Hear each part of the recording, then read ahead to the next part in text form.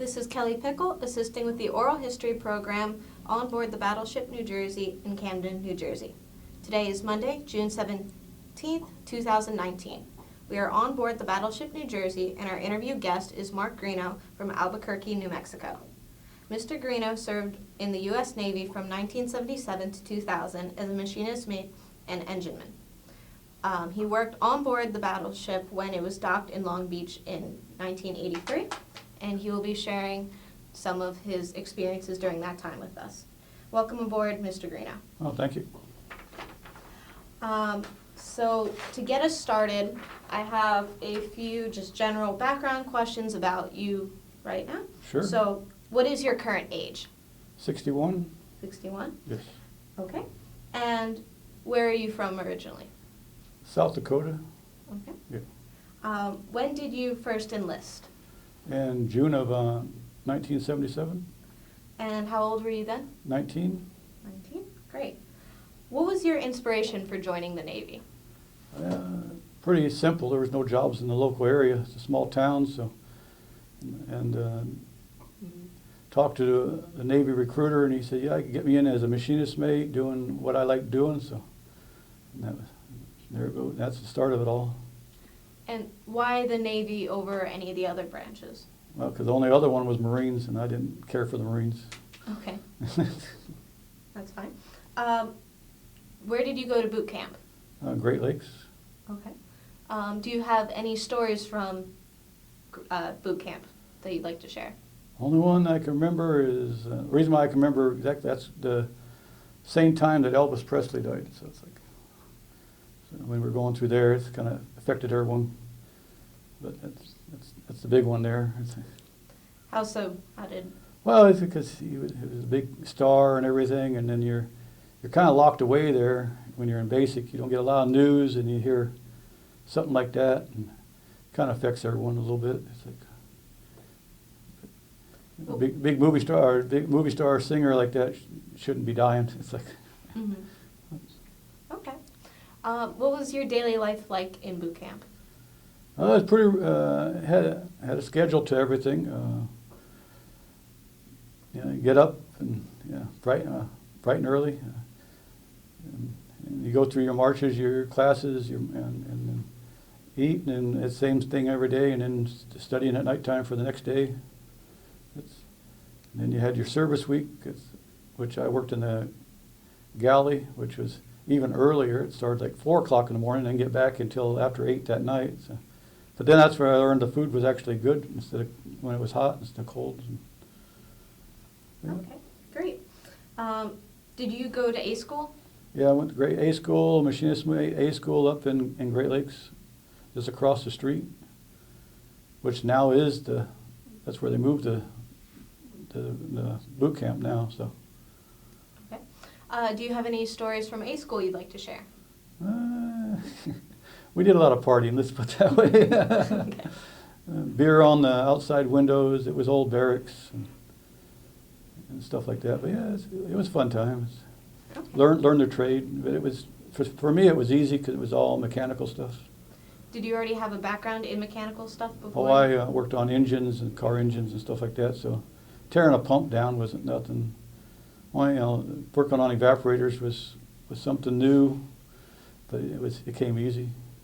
And the steam turbines and all that, reduction gears, it was all pretty basic. Okay, great. So then after A school, where did you first go? I went to San Diego to the USS Cook. It's a little fast frigate. Well, actually, it started up in San Francisco. Mm-hmm. It was at Hunters Point. It was going through a dry dock up there, refurbished, and then it was like 9 months later, then we came down to San Diego. Okay. And got prepped for deployments. And where did you go on the USS Cook? It was all Westpac's. So you go to normal places, Japan and Hong Kong, and we even got to go down to Fiji and Australia. Because we were extended, it was supposed to be 6 months, it ended up being 9 months. They felt like they should give us a little present. So. Yes, okay. What sort of things did you do while you're on that? I was pretty much learning my rate because I was a junior machinist mate, working my way up, and so you learn all the fine details of what it takes to be a machinist mate. Do you have any specific stories from that time you'd like to share? No, No? it's all this normal. It's really a basic routine there. You're 6 and 6 on watches. Either you're sleeping or sleep, eating, and working. That's all you do. There's not much fun there. Okay. So how long were you on that ship for? I was on there for 4 years. Okay. And where did you go after that?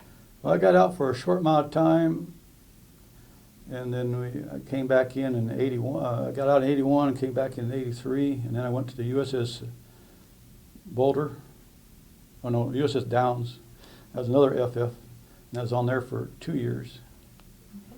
Before that, is that when you went to the battleship and saw that? Before No, that, we're or- we're still working up there. Okay. It's right after this ship. Okay, after that. And then they were getting ready to deploy, and they were shorthanded, and I was already qualified, so it was quick and easy. And then I helped them get through their OPI, and then then the chief engineers thanked me for helping him out, so he sent me to refrigeration school for 8 weeks, and that's where it got me into what I'm doing nowadays. Where did you go to refrigeration school? It was in San Diego. San Diego as well? Yeah, Okay. 8 weeks there, and then came back to the ship, and I was pretty much an A-gang. My job was A-gang, then I down the main spaces running the evaporators other time. And this was where? On In which? San Diego on the USS Downs, On the Downs. Yeah. Okay. And you said you were with this ship for 2 years? 2 years, and then got transferred to Sima Long Beach, and that's where I ran into the New Jersey and the Missouri. Okay. So can you tell me about your first impression of seeing the Battleship New Jersey for the first time? Well, I was over at Sima Long Beach. I was actually what they call outside machine. We were the ones that rigged pumps and motors in, did all sorts of the rigging and installing of equipment, and everyone, when they heard the work orders to come up to go to the battleship, it was like seniority pulled rank. So we all, so I pulled my rank because I got to go see. That's history. I got to go see history. So, and it was interesting because you couldn't even get on the pier of either of the battleships without showing them your work order, because they were really restricting. So coming down, dang, that's big. All the ships we worked on, LSTs and all the other ships, LPDs and all that was in that's a big ship. So coming on there, and then, so I went up to the core deck, and it must have been at the end of the year, because the guy on the core deck was a chief selectee, and I had to I'm always joking with everyone, says, "What's going on there? You got a chain with ball bearings on that chain. What's that?" He said, "That's my military bearings." You're going to have to explain a little bit more. I'm a chief selectee and everything, and I noticed it's not like most core decks. Well, where's your? You usually have someone with a gun there or something. And he just pointed to O2 level. He says, "It's up." And there was 2 Marines with rifles up there.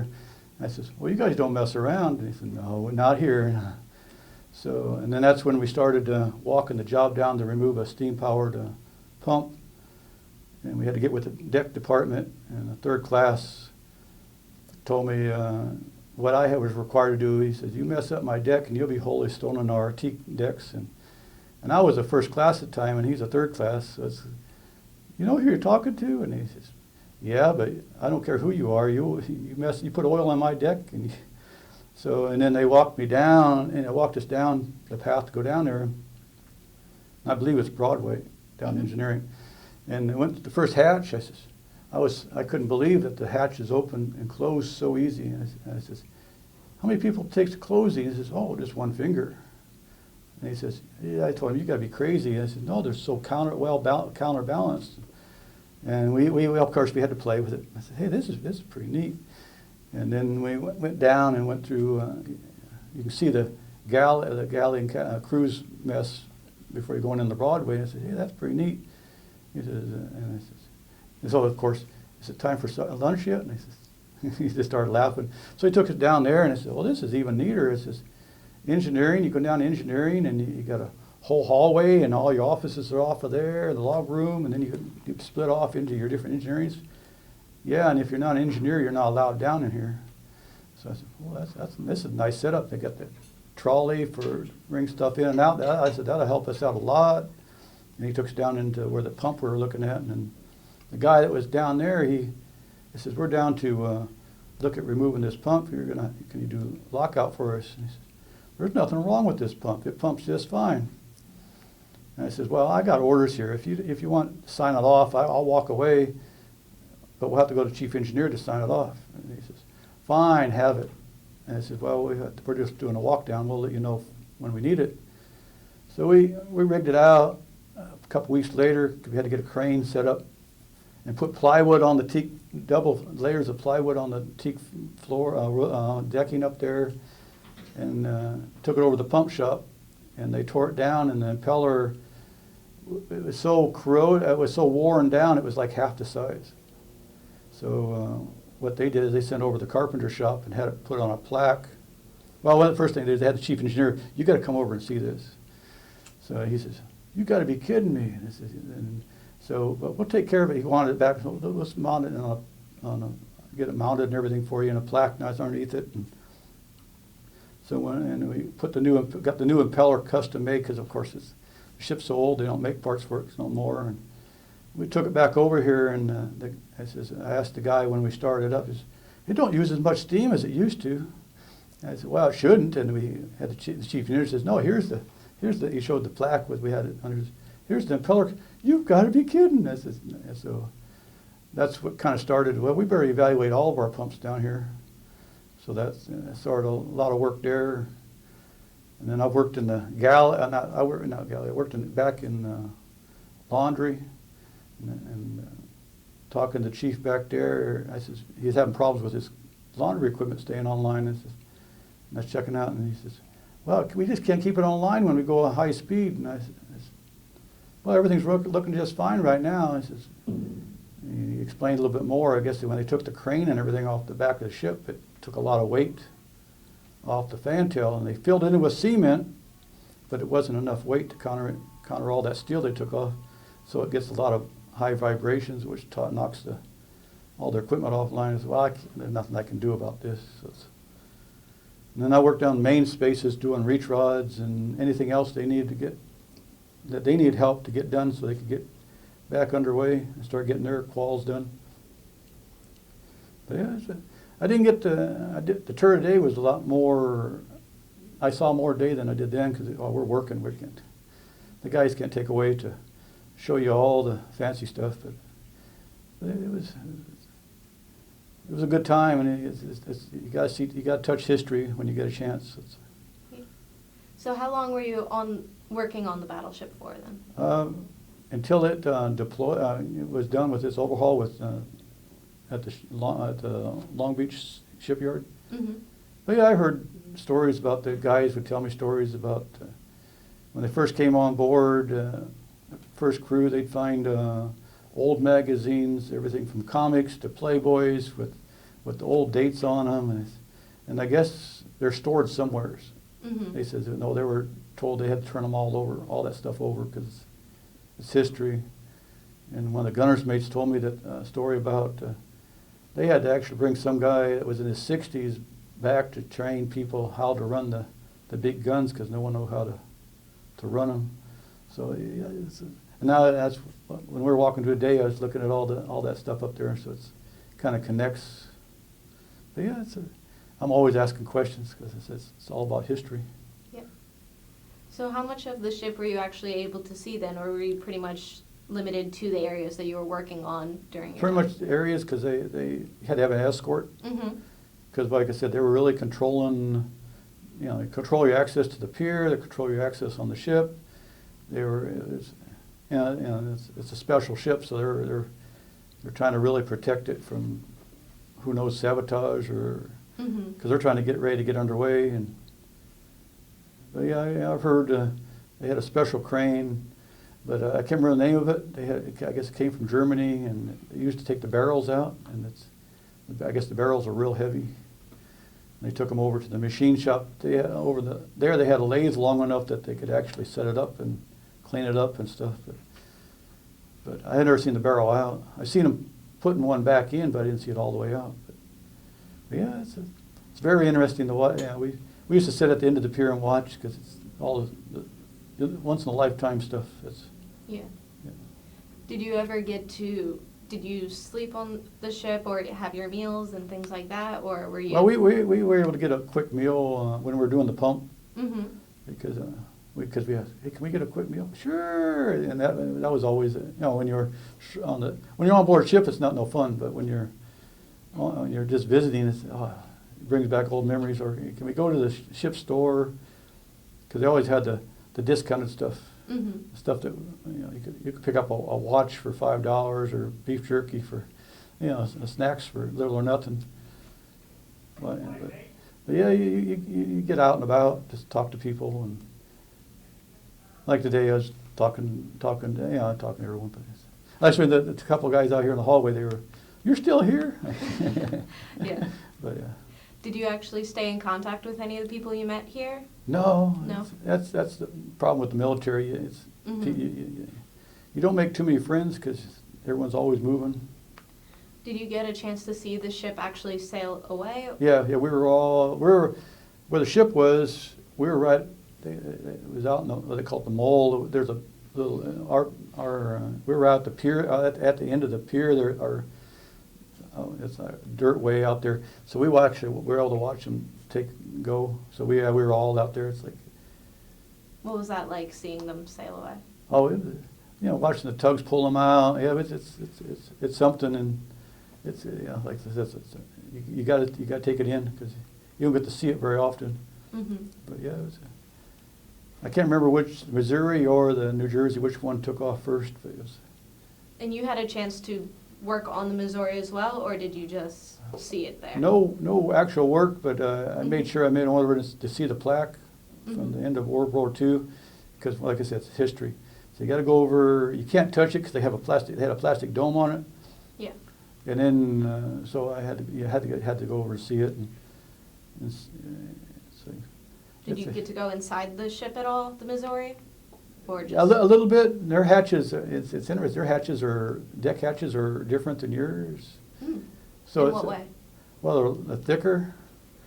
Theirs is like 12 inches thick, steel layered in, and it's like. So you can see the little bit difference between how they're made, but that's back in the day that when they made ships different. Mm-hmm. It wasn't cookie cutters. What other things did you notice that were different or the same? Well, I didn't between the two? I didn't get to see too much more of that ship because I didn't have no orders or work orders to work on it. But I made sure I went over there to see it. It was on actually a different pier. They didn't even put them on the same pier because for security reasons. But Okay. But we went over there one time. I said, I got to take advantage while I got the chance. Mm-hmm. I think it actually, think about it, I think it took off first. So you had to, they were a little bit farther ahead than the New Jersey to be ready to get underway. Okay. Do you have any other stories you'd like to share about your time working on the New Jersey? No, we work on here. I probably worked on here more than you're working, so you don't get talked to a whole lot of people. You're just trying to get work done so you can go home. Okay. Well, then, after you finished working on the New Jersey, where did you go from there? Then I went to a staff command out of Millington, Tennessee. It's a little bit north of Memphis. And I was there for 4 years. And then I went from there. Actually, that's when they decided to change. Oh, we're getting rid of steam power. You need to find a different rate. So I didn't feel like learning a whole new rate, and I worked in auxiliaries with A-gang with enginemen. So I said, well, I already knew enginemen, so I just converted over to engineman. And I was already a chief petty officer at that time, so it was pretty much a career-ending move for me, but they didn't give me much choice because when you don't go through A school and go up the steps, they look at that during the chief's board, senior chief's board. So, and I even talked to command Navy master chiefs of the Navy. And they said, no, there's not, your record's clean, but, you know, I don't know what to do for you. But so I went there, and then when I left there, I was actually back in Colorado, and I got my first set of Navy message. And you always see those messages, and it says, your orders have been changed. I was supposed to go to the USS America. It's an aircraft carrier out of Norfolk, and I actually made a trip there to check it out.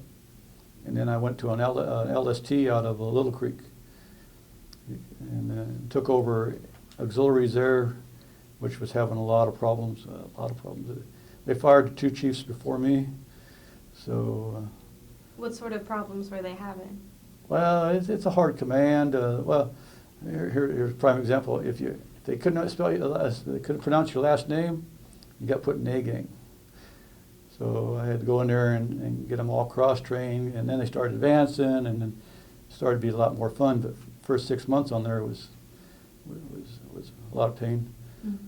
So then that ship decommissioned because it was over 20 years old, and I had a set of orders for in Plainville, up by Hartford, Connecticut, and then when I was out there for 4 years, and then I came here to Albuquerque, and to the Reserve Center here. It was not here, in Albuquerque. Yeah. Was everything but the CO, because there was no other officer, no other chief there, so I was just pretty much easier to say I was everything but the detailer. I said, I'm short on manning. Well, I need to talk to your XO. Okay, I'm your XO. I'm your command chief. I'm your supply officer. I'm your admin officer. I'm your medical officer. You're everything. I'm everything. You want to talk to the CO? That's on the next person above me. Mm-hmm. So, I guess I can talk to you. And then I was getting ready to get orders to. Well, the detailer called me up and says, "We got a mine sweep." And for my field, that's a real ending. You get the mine sweep and you can't get off of them. And I had my 20 years in. And the detailer even told me, I used to go down and talk to him all the time when I went to visit down in New Orleans. And he says, Mark, you got your retirement paperwork there, don't you? And I says, yeah, I do. And we talked about it. He says, I recommend you to put them in because you'll never get off this mine sweep. Matter of fact, they won't even allow you to retire. They lock you in because they can't get people to go on mine sweeps. Oh, wow. So it's like they extend you out. As chief, you can go up to 24 years. They'll even do an extension on you, involuntary extension. And that was down in Corpus Christi. Mm-hmm. So we didn't want to. We just bought a house, so we went and retired. So you were able to retire before you had to go to Yeah. that. So yeah. Okay. Yeah. So then, do you have any stories from any point in your career that you'd like to share about anything?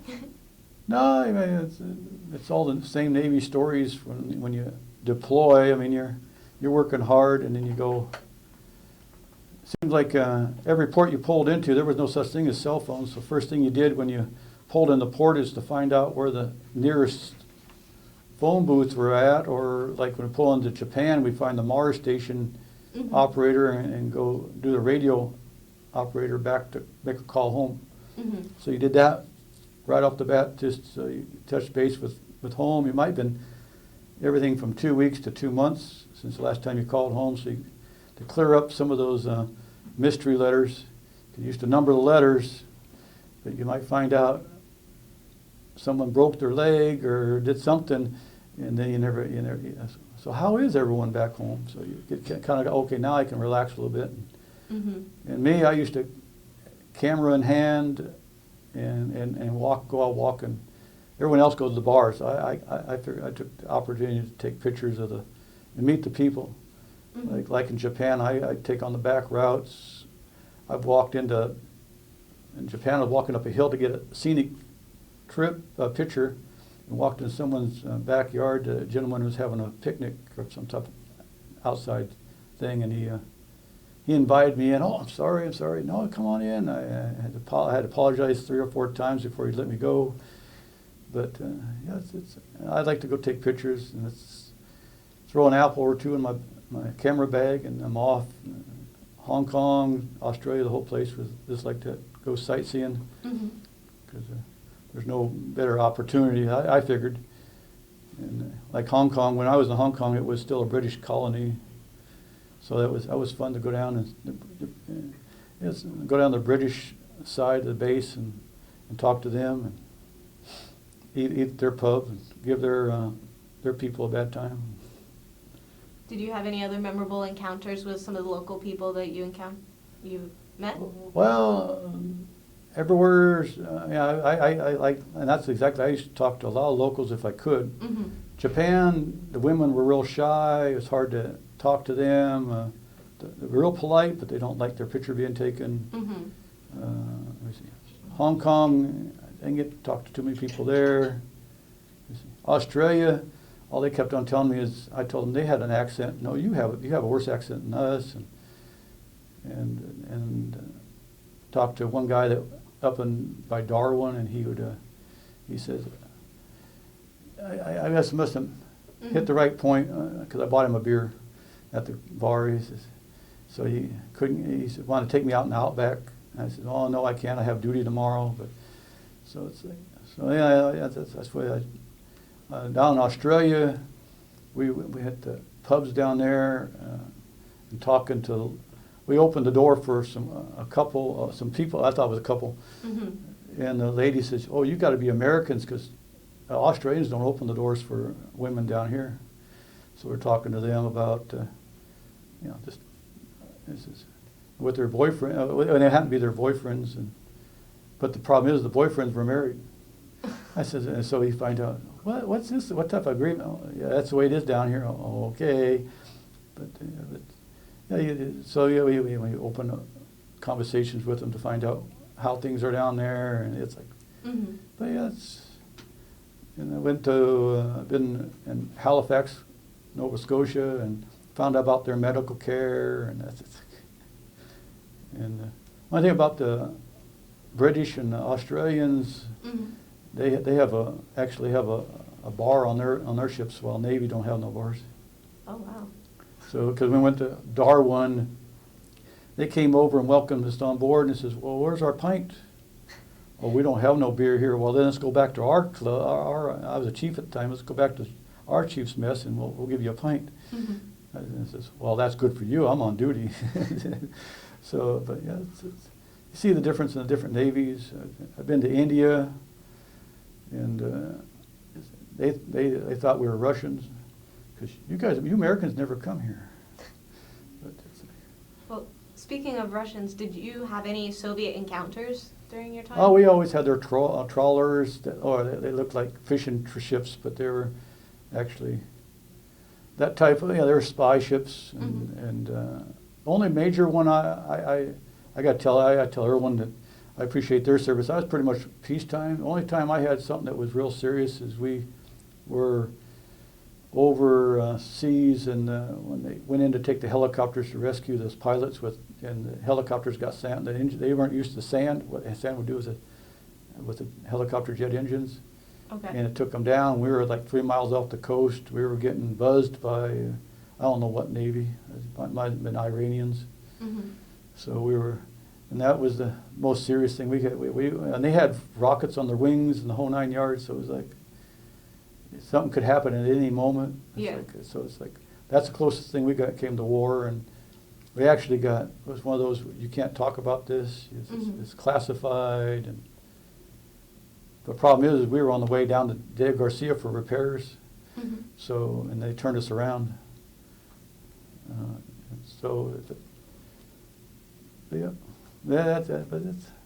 That's some of the fun stuff. Normal Navy stuff, crossing the equator. And, what was that like with crossing the equator? well, you can't do it no more. But first time it's like going through the chief's initiation. It's quite the adventure. You're a WOG, and you got to crawl from one side of the ship to the next, and go through the 3 weeks worth of food that's been stored up, and see they had a Queen's contest and the whole 9 yards, and see. But the Royal Baby, and it's Which ship were you on for this? that one was a USS Cook. Okay. And then the Downs, I didn't have to go through all that. I was the one that get to initiate, Mhm. so it was a lot more fun. Yeah. But until I went and made Chiefs initiation, and that was in Millington, and that was brought back memories of crossing the equator, Mhm. because it was 24 hours of fun and games. Yeah. You got all the stuff that you can't do now, raw eggs and ice coffins, and Oh yeah. you probably heard all the stories. It's like they don't allow them to do no more. Yeah. Yeah, it's like now it's sing-alongs. Did you ever pass through the Panama Canal? No, Okay. I went to the canals. We did a Great Lakes cruise on the LST as I was up in there. Mhm. So I went to all those canals up there, which was quite interesting. Going up into the Great Lakes, Mhm. and we like 3.5 months, 21 different ports. We found out the Canadians know how to party. You go to the American side, and the VFW would show you have a hot dog roast for you. Mhm. Go to the Canadian side, they have a whole park reserved for you, Oh wow. and cooking good food and beer, and it's like they give buses and all. It's like, so anyway, that's their nature. They know how to party. So it's like, Okay. So were there any other stories that you'd like to share about your time in the Navy? Or we could actually go on and talk about your post-Navy life a little bit. yeah, I can go on. Okay. So then, let's see. When did you get out of the Navy? I got out in January of 2000. Mhm. And can you tell me a little bit about what you've done since leaving the Navy? So for a short amount of time, since I had a refrigeration background, I worked for a service contractor Mhm. doing refrigeration, and I found out that was too much time on the road. So then I quit him and worked for a chemical delivery place that was a semiconductor field lab, and so delivered chemicals to the different labs until they got a maintenance opening. One night I was on graveyards, and one of their pumps went down, and I fixed it because their maintenance guy didn't know. So, and then next time they had an opening, they came up to me and offered me a job. So I worked there until they closed. At this Phillips Semiconductor, they closed. And after being there for 2.5 years, then I started working at a hospital Mhm. in their maintenance department, and was there for about the same amount of time. And then I went over to Sandia National Labs. I've been there ever since, Okay. working in their maintenance department, doing heating and cooling. Currently, I'm doing water treatment. Do you have any stories from your post-Navy work that you'd like to share? Well, there's one interesting one. I even was working graveyards, and the Mhm. ER called me up one night. Can you come up here and repair our ceiling in one of our rooms? And I said, sure, I'll be right up there. And they always say stat, everything in the hospital stat. Yeah. So I ran up there, and I popped the ceiling tile, and I told, I can't do anything to fix this ceiling until you get the guy down from above the ceiling. But it was interesting. You stand at the door, and the nurses are so busy they didn't have time for you. So I went and got the security guard, Mhm. because emergency rooms, they have a security guard to keep people unwanted out. Yeah. And he says, "You've got to be kidding!" So he looked up there, and then of course you get the guard, and then now you got the technicians, now you got the nurses. And the first thing he says, "Is he alive?" I didn't touch that body. Oh my gosh. So they got up on the gurney, and yeah, he's alive. Oh, and then the nurse says, "Oh, that's where that drunk went." Oh yeah, okay. So they hauled him down and took care of him, and they said, "Now you can fix the ceiling." No, I'm not going to fix the ceiling, because no one during the daytime will believe me when I tell them this story. Yeah. So I'm going to caution tape off this area, and they're going to come up and they'll fix it tomorrow. Mhm. And they didn't. They didn't believe me. I said, "Well, go up to room such and such, and you'll see." And but that was the most interesting one. That happened while I was there. But in a hospital, anything's possible. I found out it's like I've been called in. I've been in operating rooms during operations, and tell the head nurse, says, "No, everything's running just fine," and the doctor will stop his operation and look straight at you. I'm paid too much to sweat. But you look over there and you see people's hips wide open, and there's no blood, but I don't know how they do it. But yeah, I've seen that. I've seen blood all over the floor and short out electrical outlets. I said, you can't be expected to see almost. I've seen dead, Yeah. of course, dead bodies. But yeah, you see everything in a hospital.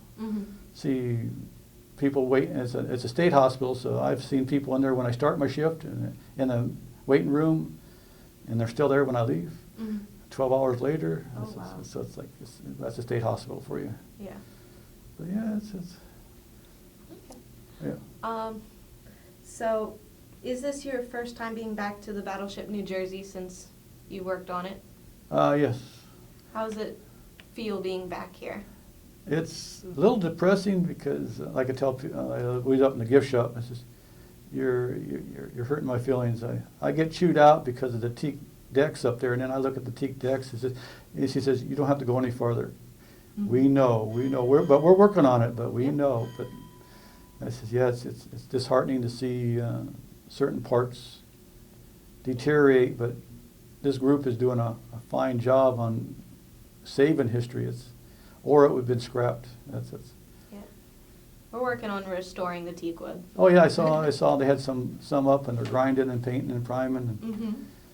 And I was in last November. I was over in Hawaii. I didn't get a chance to go to Missouri. I got to drive by. I did go visit what I could of the Arizona Memorial, but they got the platform out there shut off right now because it's unstable. Yeah. So it's like, but yeah.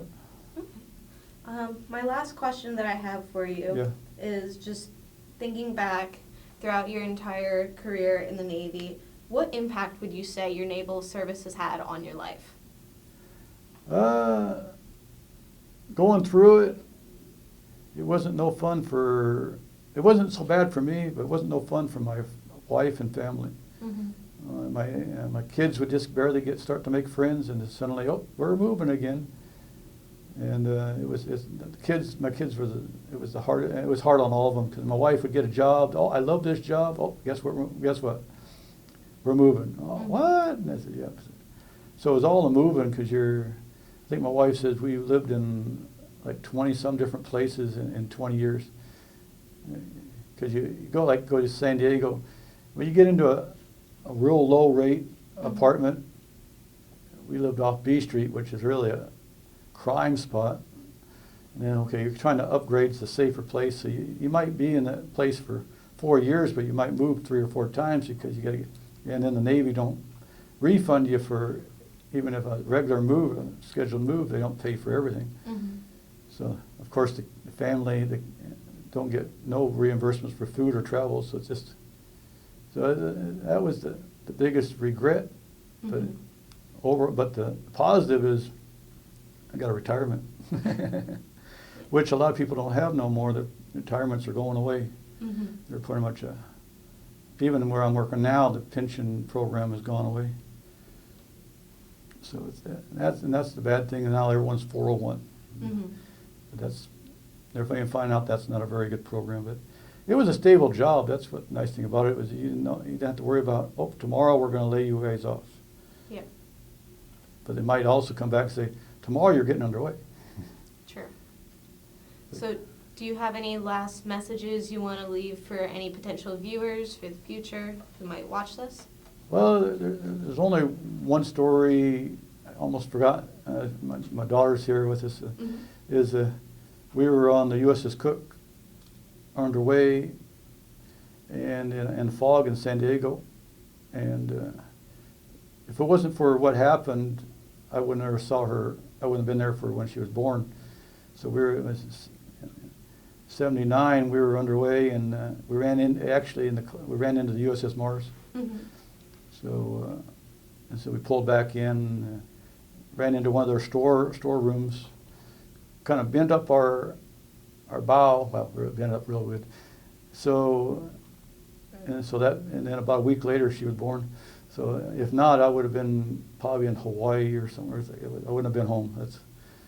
So that was one of the benefits. I kind of joked around, oh, it's nice you guys to have an accident on my part. And we had a real good CEO at the time, and he just kind of laughed it off. But he was one of those real personable with the people. So he says, well, we won't do it again for you, though. It's a type of deal. But yeah, he actually talked to me when I got out, because, Mark, are you really sure you want to get out? And I told him the whole situation. My wife wants to try it outside out. And, well, we're willing to give you $12,000 if you re-enlist.